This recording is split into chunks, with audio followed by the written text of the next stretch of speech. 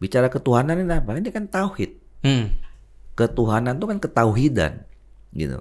Bicara tentang tauhid kan cuma nanya ada di kita. Karena itu yang menjadi konteks, nanti kalau semua politik segala macam dipakai dengan Islam, nanti yang non Muslim jadi tidak terwakili, tidak diwadahi gitu kan. Kan kita nggak diajarkan begitu. Partai politik yang baik itu adalah partai politik yang mempunyai political ID. Justru bagus berarti. Harusnya begitu. Apalagi kalau ada anak-anak muda yang mengatakan saya cebong, saya kampret gitu misalnya kan. Loh, kan aneh juga nih kita manusia kok mau ngaku satu kampret satu cebong gitu. Selamat datang di Rukun Podcast. Tapi gini Bang, kalau misalnya tadi kita bicara soal pemuda, politik, misalnya bicara soal kebijakan, nah kita masuk ke wilayah konteks muslimnya nih Bang, sebagai bener nggak sih statement antara nggak usah disama-samain deh, beda-bedain lah antara politik dengan agama, nggak usah bawa agama deh di politik, itu bener nggak menurut Abang? Nggak bisa gitu. Agama ini kan, Islam itu kan mengatur semua kehidupan. Ya, saya nggak bicara yang lain karena saya Muslim gitu. Ya, pemahaman saya yang terbatas soal Islam itu kan, Islam itu mengatur semua kehidupan manusia di dunia sampai ke akhirat gitu.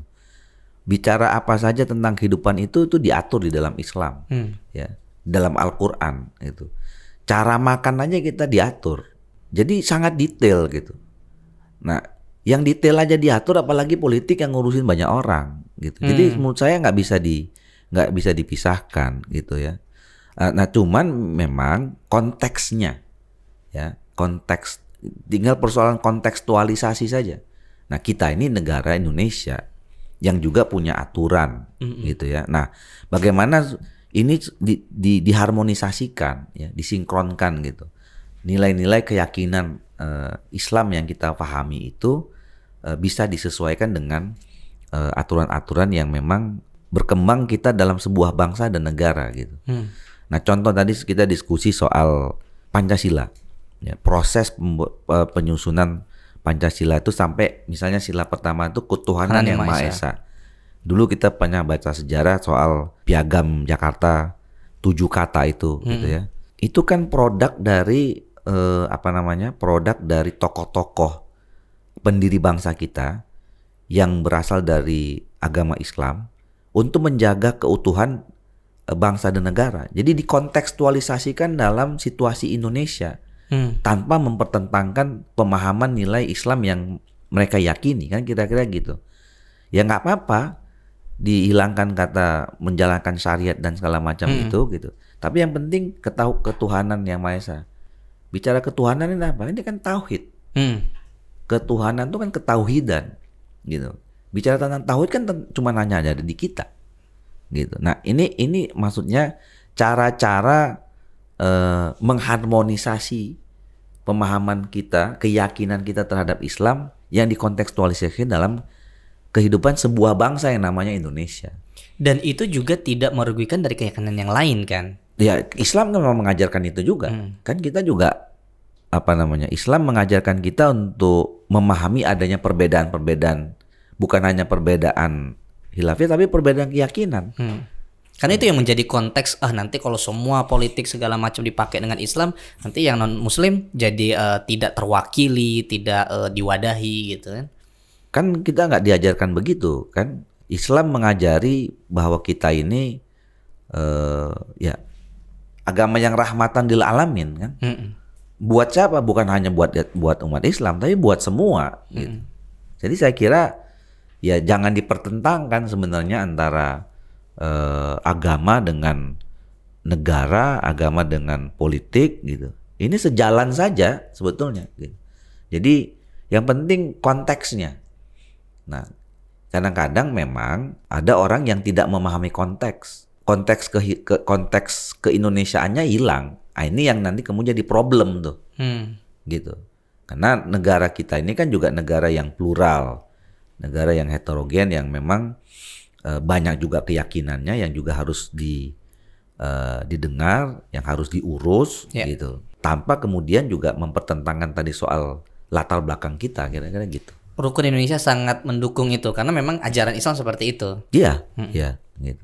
Masya Allah. Nah, kalau misalnya pandangan antara politik dan agama tidak berpisahkan dan memang secara fakta kita sebagai umat muslim itu diatur keseluruhan hidup kita termasuk berpolitik.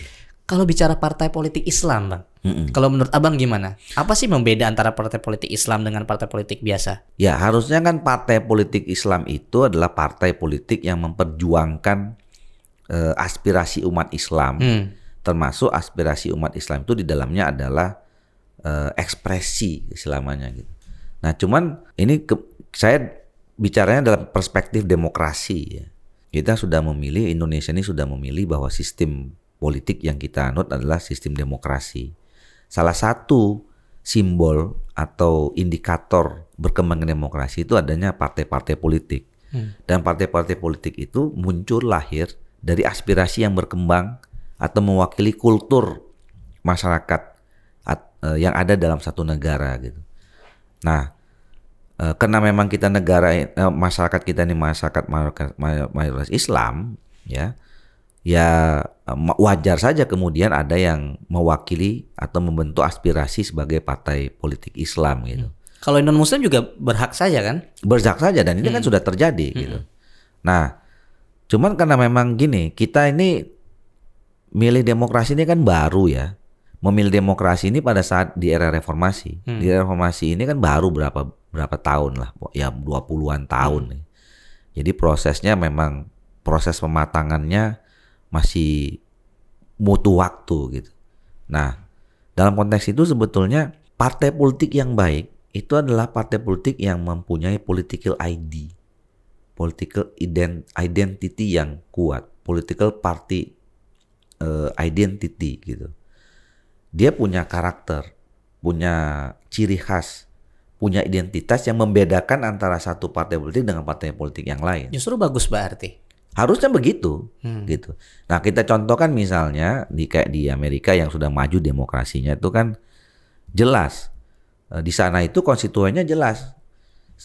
Dia mengaku identitasnya, I'm a Democrat, gitu. I'm a Republican, gitu. Jelas gitu, secara ideologis. Nah itu memang demokrasi yang proses pemerakannya cukup lama, gitu. Nah kita masih butuh waktu. Kita belum sampai ke sana. Jadi sekarang saya bisa mengatakan hampir nggak ada bedanya ya antara satu partai politik yang satu dengan partai politik yang lain. Contoh misalnya tadi, apakah pertanyaan begini sederhana, bicara tentang korupsi.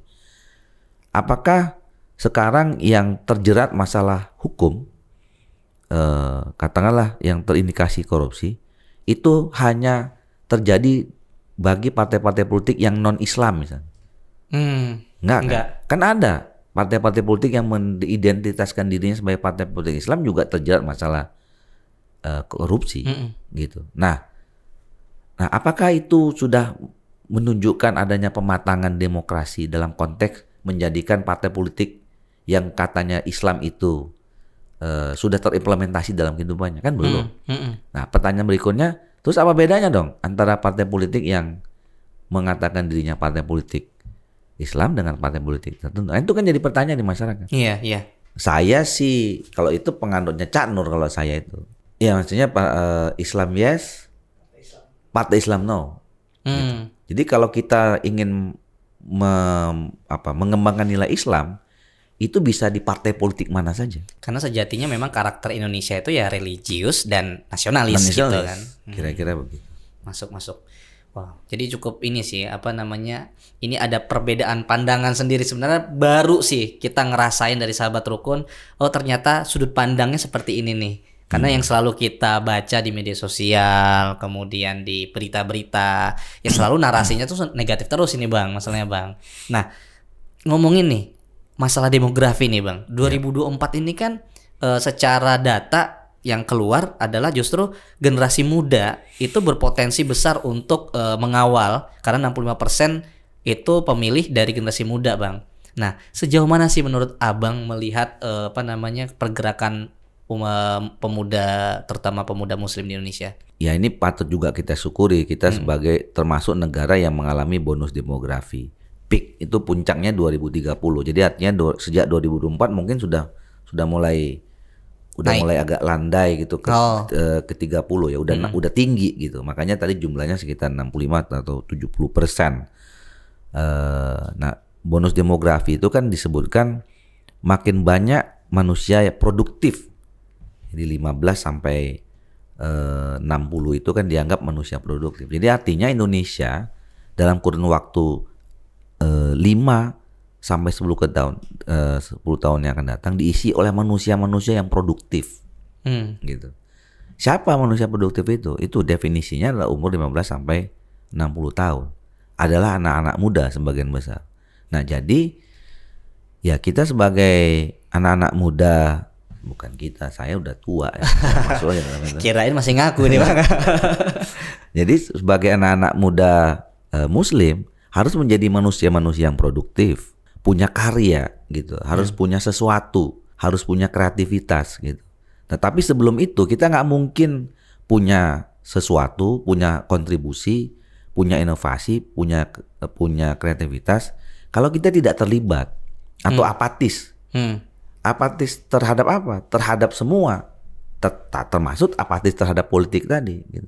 Misalnya nih sekarang menghadapi pemilu. Pemilu ini adalah momentum, ya. Momentum untuk kita tadi terlibat dalam pengambilan keputusan. Ini 5 tahun sekali. Tadi ada pertanyaan yang lupa saya jawab, ya. Kalau misalnya ada sebuah partai politik yang tidak mewakili atau memperjuangkan aspirasi masyarakat, ya, apa yang dilakukan? Ya evaluasinya itu kita diatur dalam mekanisme tata negara kita dalam pemilu. Ya, itu konsensus kita. Kita hari ini boleh milih orang yang kita percaya, tapi kalau kita tidak percaya lagi sama orang itu, nanti 5 tahun lagi kita bisa evaluasi. Itu kita konsensusnya begitu. Tapi risikonya 5 tahun kan berarti ya? Ya memang, ya ini kan negara ini kan harus ditata, harus diatur, ya. Kalau nggak chaos. Sama juga dengan agama itu kan, kalau di agama itu kan artinya kan tidak kacau. Jadi ada aturan supaya dibuat supaya tidak kacau. Nah sama juga negara ini. Negara ini 270 juta orang. Kalau nggak diatur kacau pasti makanya. Maka kemudian kita sepakati. Nah yang persoalan itu kan ada aturan ya yang dibuat nggak melibatkan semua orang. Nah itu persoalan. Nah tapi kalau pemilu 5 tahun ini kan aturannya sama-sama kita sepakati. Dari dulu udah kita sepakati pemilu itu 5 tahun sekali, ya kan? Nah kalau mau dirubah mau berapa tahun sekali ya kita rubah aturannya. Itu melalui mekanisme ada perubahan undang-undang dan macam-macam. Tapi in the fact sekarang konsensus nasional kalau kita nggak suka dengan pilihan kita dalam pengambilan keputusan politik hari ini itu akan kita rubah nanti di 5 tahun yang akan datang. Nah momentumnya tahun depan nih. Jadi anak-anak muda jangan disia-siakan. Kalau selama 5 tahun ini nggak puas dengan pilihannya, itu tinggal tunggu besok. Justru jangan apatis malah. Jangan apatis. Malah jangan justru malah tidak memilih. Jangan gitu ya? tidak memilih, gitu loh. Ini fasilitas kita disebut sebagai fasilitas gratis lah. Kalau yang tadi kan cari-cari tuh, misalnya kita nggak cocok nih dengan kebijakan pemerintah, kita kan cari cara gimana caranya menyampaikan ketidaksepakatan dan ketidakpuasan itu. Belum tentu efektif, ya. Kita nggak setuju kenaikan BBM, kita teriak-teriak, ya. Tapi nggak berubah kan? Iya. Berarti perjuangan kita belum sampai. Nah ini waktunya nih, ada fasilitas yang datang ke kita untuk menyampaikan, ya, bahwa pilihan kita yang kemarin itu kita mau koreksi, atau bisa jadi sebaliknya kita mau terusin keputusan kita yang kemarin. Karena kita anggap yang kemarin itu cukup baik misalnya. Nah jadi ada momentum yang jangan kita sia-siakan. Nah apalagi saya sering mengatakan kemana-mana. Saya selalu menganggap pemilu itu adalah media atau vehicle ya untuk mengantarkan kita terhadap situasi yang lebih baik, yang lebih maju, yang lebih membangun dan segala macam. Nah ini momentumnya. Jadi kalau kita mau melihat Indonesia itu lebih baik, lebih maju, kita harus terlibat. Nah tadi balik yang saya katakan, pertanyaannya ini adalah momentum untuk menentukan masa depan dan nasib kita. Pertanyaannya adalah kita mau menentukan masa depan nasib kita oleh diri kita sendiri atau oleh orang lain. Nah, kalau kita ingin menentukannya sendiri, ya datang besok ke TPS. Tapi Bang Doli yakin melihat demografi kita yaitu mayoritas justru anak muda, bonusnya lah kan besar kan, dan melihat dari kondisi sekarang ketertarikan terkait politiknya? Belum tentu. Tantangan anak-anak muda sekarang kan berbeda ya dan kompleks gitu. Terutama di zaman, apalagi dibandingkan dengan zaman saya dulu gitu ya. Tadinya kita diskusi soal buku ya. Dulu kita ingin mencari informasi, menambah wawasan, beli buku, baca buku, diskusi, bedah buku gitu. Sekarang kan teman-teman sekarang ini buka YouTube. Bisa macam-macam, gampang, lebih mudah gitu. Jadi akses lebih mudah gitu. Tapi belum tentu juga manfaatnya sama dengan yang kami dulu. Dulu kami mungkin susah nyari aksesnya dapat buku itu, tapi kami baca buku misalnya. Nah sekarang fasilitas banyak, belum tentu dipakai. Menu banyak, belum tentu dipakai, belum tentu berguna gitu. Mungkin yang diambil yang lain kan. Nah itu kan tantangan kan. Iya. Jadi fasilitas makin mudah, tapi kemanfaatan belum tentu lebih baik dibandingkan dengan yang lain. Nah itu kan tantangan teman-teman sekarang. Iya. Nah sama juga tadi soal politik gitu. Apakah pertanyaan tadi kan, apakah ada jaminan anak-anak muda sekarang sudah tertarik politik? Belum tentu, karena ini jadi menu kan sekarang. Kan masyarakat sekarang termasuk anak-anak muda dikasih nih menu. Anda bisa dapat apa saja. Bisa jadi menguntungkan atau bisa jadi justru malah merugikan negara dong kalau misalnya anak mudanya justru apatis dan tidak peduli terhadap politik tadi. Oh iya. Iya, walaupun tidak kemudian mendapatkan efek langsung ya. Implikasi langsung ketika anak muda nggak terlibat maka negara ini akan ini enggak gitu. Tapi itu akan berdampak kepada pada waktu-waktu berikutnya gitu. Jadi tapi kuncinya lagi produktif menurut saya. Jadilah manusia produktif. Nah, dengan menjadi manusia sebelum menjadi manusia produktif harus sensitif, harus peka, harus lihat situasi gitu ya. Sehingga kita tidak jadi apatis. Iya, menarik. Nah, kalau produktif itu kan ya macam-macam caranya gitu. Menarik sih. Nah, BTW Bang, setuju tertutup atau terbuka Bang pemilu Bang? Nah ini panjang sih kalau ini udah masuk ke politik. Jadi gini, ada kisi-kisi yang mungkin kan ini jadi isu yang berkembang di media sosial ya Bang. Ya, saya nggak mau masuk soal setuju terbuka tertutup. Karena sistem pemilu itu tertutup ada plusnya, ada minusnya. Terbuka ada plusnya, ada minusnya. Tapi persoalannya adalah sekarang ya kita ini tahapan menjelang pemilunya sudah berjalan. Jadi tidak mungkin akan tertutup berarti kan? Mungkin saja. Mungkin saja dengan durasi politik, sekarang. Iya, cuma gini. Jadi pemilu ini kan menjadi tanggung jawab negara, menjadi tanggung jawab pemerintah untuk mempersiapkannya dengan segala perangkat aturannya gitu. Besok pemilu kita tanggal 14 Februari. Dalam undang-undang itu diatur tahapan pemilu itu dimulai dari minimal 20 bulan. Jadi kita sebenarnya hari-hari ini sudah masuk tahapan pemilu sejak 14 Juni yang lalu. Itu kenapa mungkin pemberitaan dan partai politik sudah mulai bergerak nih di wilayah pemilu? Sudah, bukan hanya partai politik, masyarakat juga sekarang sudah mulai terdaftar kan. Sudah ditanya, daftar untuk menjadi pendataan menjadi peserta gitu. Sejak dari 14 Juni yang lalu. Jadi kalau ibaratnya main bola, saya sering mengilustrasikan begitu. 14 Juni itu sudah kick off. Kita nih semua sekarang udah di lapangan sepak bola dengan aturan yang kita pahami. Aturan yang kita pahami itu kalau sistem pemilunya sekarang terbuka. Nah, coba kita bayangkan ya, kalau kita sedang main bola di tengah lapangan, ada orang yang interupsi. Ini aturan main kita ganti aja. Misalnya kalau gol pakai kalau nendang bola ke gawang pakai kaki, pakai tangan. Sekarang kalau boleh boleh disebut gol kalau pakai tangan misalnya, kan jadi kacau permainan. Nah, yang benar itu adalah kalau kita mau rubah aturan itu sebelum pertandingan dimulai atau sesudah pertandingan selesai baru kita evaluasi. Nah, persoalannya itu saja. Jadi kalau apakah sistem proporsional lebih baik dibanding terbuka lebih baik dengan tertutup, itu diskusinya panjang dan kita harus diskusi mengelaborasi lihat lagi perkembangan Indonesia dalam 20 tahun terakhir, yang banyak itu perlu diskusi. Nah oleh karena itu, karena perlu diskusi, maka jangan dirubah dalam waktu yang singkat berdasarkan keputusan cuma oleh beberapa orang saja. Dampaknya pasti ke masyarakat ya. Dampaknya masyarakat. Nah paling gampang itu tadi, masyarakat kan selama ini udah terbiasa dia datang ke mana? Datang ke TPS, buka, lihat orang-orangnya yang dia kenal gitu. Nah, dia pilih. Nah kalau tiba-tiba datang ke sana dia cari nggak ada orangnya, ini kok nggak ada orangnya, yang mana yang mau dipilih? Jadi kan kacau. Menarik sebenarnya, tetap menjawab sih dari pertanyaan tadi sih. Tapi tidak mau secara langsung nih Bang Doli ini. Iya, maksudnya kita ini sedang main. Jadi jangan mulai dari nol lagi gitu kan. Sedang main dengan peraturan yang semua orang yang main ini udah tahu gitu. Jadi jangan aturan permainan dirubah di tengah permainan. Tapi kalau dari Komisi 2 kan sebagai pengawal pemilu nih Bang.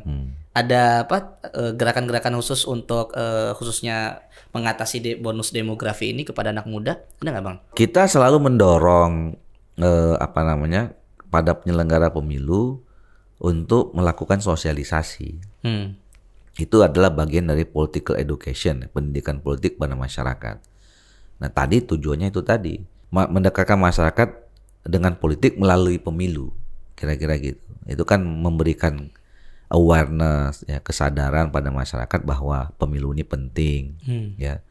Pada akhirnya politik itu juga harus dianggap penting gitu dengan keterlibatan masyarakat. Jadi ada program-program yang disusun khusus untuk melakukan sosialisasi menjadi bagian pendidikan politik, terutama kepada anak-anak muda.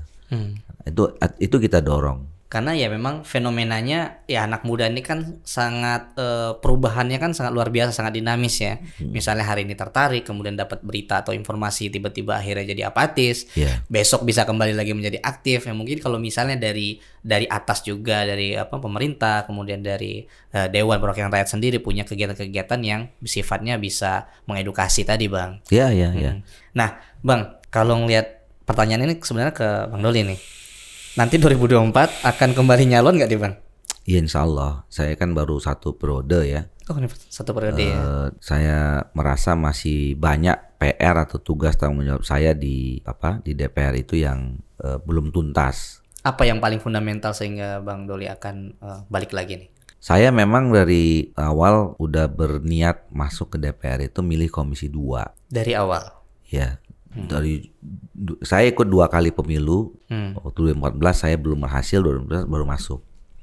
Sebelum waktu 2014 juga saya udah berniat kalau saya jadi anggota DPR saya masuk di Komisi 2. Komisi 2 itu adalah komisi yang membidangi masalah politik dan pemerintahan dalam negeri. Jadi bicara tentang soal sistem politik, sistem negara, sistem pemerintahan itu di situ. Dan nggak banyak orang mau di situ sebetulnya. Ya, jadi rumit ya kan ya. Ya rumit, terus juga nggak ada uangnya kata orang begitu. Ya kan. Nah, tapi saya merasa bahwa kalau kita mau melakukan perubahan ya dengan merubah sistem, ya tentu melakukan perubahan yang lebih baik gitu ya. Nah maka kemudian kalau di DPR tempatnya itu di Komisi 2. Nah ada banyak contohnya misalnya sekarang nih soal sistem pemilu tadi itu. Ini terjadi kan karena memang periode kemarin ini kita belum berhasil menyempurnakan undang-undang itu. Tentunya kami di Komisi 2 di awal periode itu sudah menyusun beberapa rancangan penyempurnaan undang-undang politik, termasuk undang-undang pemilu. Banyak lagi, misalnya kita juga harus merevisi undang-undang partai politik. Supaya apa? Supaya partai politik ini kuat. Apa salah satu indikator partai politik kuat itu? Kalau misalnya konstituennya punya political party ID tadi saya katakan itu. Orang tuh harus jelas, ideologi kepartainya tuh harus jelas. Sehingga identitas orang berpartai itu jelas. Orang kalau dia ngomong, ini pasti dari Golkar nih. Karena secara ideologinya jelas seperti itu gitu jelas, yang dibawa. Identitasnya jelas. Kalau ini ngomongin ini berarti partai A, partai B, partai C gitu. Nah, seharusnya begitu. Di samping juga misalnya negara harus punya tanggung jawab terhadap partai politik. Karena kita sudah memilih demokrasi menjadi sistem politik kita, dan salah satu indikatornya itu adalah partai politik. Maka negara kita semua harus punya tanggung jawab terhadap partai politik. Negara harus ngurus partai politik, ya. Soal pembiayaan, pengelolaan kepartaian, sistem modernisasi dan macam-macam. Tapi kenapa Bang? Kita semua kebijakan itu masuk di wilayah politik dan memang diwadahi sama naungan partai politik, tapi kita semua tidak diberikan kebebasan untuk tidak tergabung di partai politik. Kan nggak ada paksaan untuk masuk ke partai politik. Gitu. Kita tidak mengharuskan semua orang menjadi anggota partai politik tertentu, dan sampai sejauh ini kan juga begitu.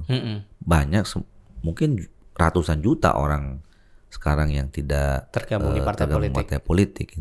Tapi kan karena kita sudah menganut dari sistem demokrasi, aspirasinya kan juga harus tersampaikan. Masyarakat harus milih. Kita udah sepakat sistemnya demokrasi tadi. Aspirasi itu disampaikan oleh partai politik. Jadi mau tidak mau, suka atau tidak suka, langsung atau tidak langsung, masyarakat itu nyampaikan aspirasinya melalui partai politik. Karena wadahnya memang di sana. Wadahnya memang itu. Gitu. Itu sistem yang kita sepakati bersama, kira-kira begitu. Tapi Bang gini Bang, kalau misal tadi kan tertarik untuk nyalon kembali Bang, karena ada banyak PR, kemudian ada misi yang akan dibawa di Komisi 2. Tapi kenapa nggak tertarik di wilayah gubernur gitu Bang, yang langsung bersentuhan dengan rakyat? Ini kan soal pilihan ya, soal pilihan dan opportunity gitu. Bisa aja gitu, cuman maksud saya begini, saya ini dari kampung sana ya, dari Sumatera Utara sana, Medan. Biasanya di orang-orang kita itu tuh kalau orang udah merantau keluar dari sana, jangan balik lagi sinilah, kira begitu kan. Kalau merantau harus sukses dulu lah gitu ya. Yang artinya gini lah, dalam kehidupan ini kan kita harus bagi-bagi tugas, ya kan. Ada orang yang ngurusin wilayah tertentu, ada yang wilayah kerja tertentu, ada yang orang ngurusin wilayah kerja yang lain, kira-kira begitu. Nah saya udah di sini, gitu. Udah di sini di wilayah kerja yang sekarang saya sedang geluti, ya udah di situ aja. Gitu. Nanti ya itu qadar Allah, entah jadi apa, mau balik lagi ke sana itu kan. Tapi sampai sekarang saya belum tertarik. Sementara ini aja dulu lah. Bang, kasih tips nih Bang buat generasi muda, terutama sahabat rukun, muslim milenial nih, agar bisa mulai bergerak dan ibaratnya terlibat partisipasi di dunia politik, khususnya di 2024 nih, biar nggak mungkin terpecah belah atau mungkin bingung mau seperti apa gitu Bang. Iya, jadi saya kira kita ini harus menjadi manusia yang punya prinsip dan pandangan sendiri gitu, yang objektif gitu. Kadang-kadang gini, kita punya pengalaman yang tidak baik dalam pemilu 2019, terjadi keterbelahan, terjadi polarisasi, gitu. Atau gampangnya bahasa anak muda sekarang kan kampret dan cebong gitu. Nah ini kan juga aneh nih.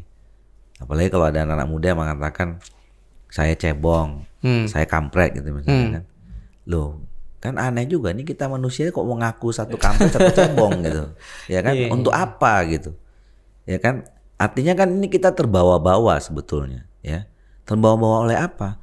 Terbawa-bawa jangan-jangan sesuatu yang kita nggak paham sebetulnya. Sekarang gini, saya sering bilang tuh yang sampai sekarang masih ribut-ribut, masih ada. Dulu yang bagian ini kan mendukung pasangan pilpres tertentu, yang satu lagi sebelahnya, gitu kan.